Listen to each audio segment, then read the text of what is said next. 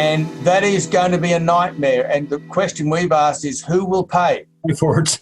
Who will pay? Because the builder is going to say, well, we built this building, it complied with the National Construction Code at the time, we've got the certificate of classification, there is no problem with it. Now, with the benefit of hindsight and new data, it might not, it wouldn't comply today, but it did at the time. So we say the builder's not obliged.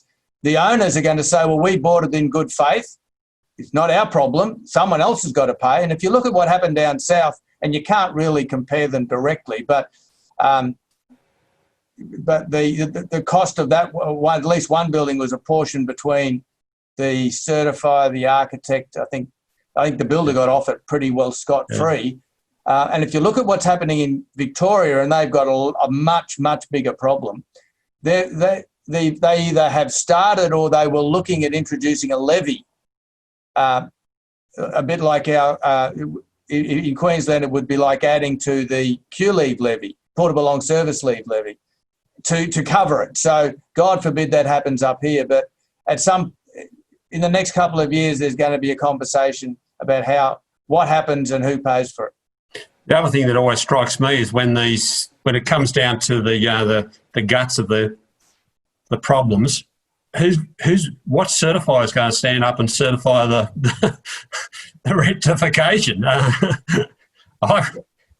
certifications have got their own problems in terms of, which is another problem we could talk about, in terms of which has been kicked down the can's been kicked down the road in terms of PI insurance. But well, I just don't know. If I was a certifier, I wouldn't be.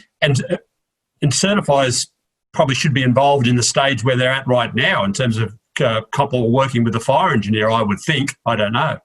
There's a lot of talk about that, Michael, and that's going on nationally through as a result of the Bronwyn Weir and Peter Shergold Weir report anyway.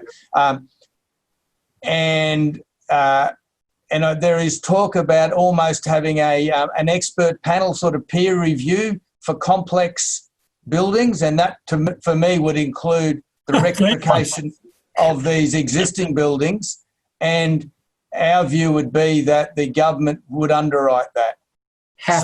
It wouldn't be an individual certifier because, as you say, the PI insurance, the PI insurers, not partially as a result of what's gone on, have deserted in droves, and it's a real issue for the industry. But yes, COVID has interrupted a whole lot of things.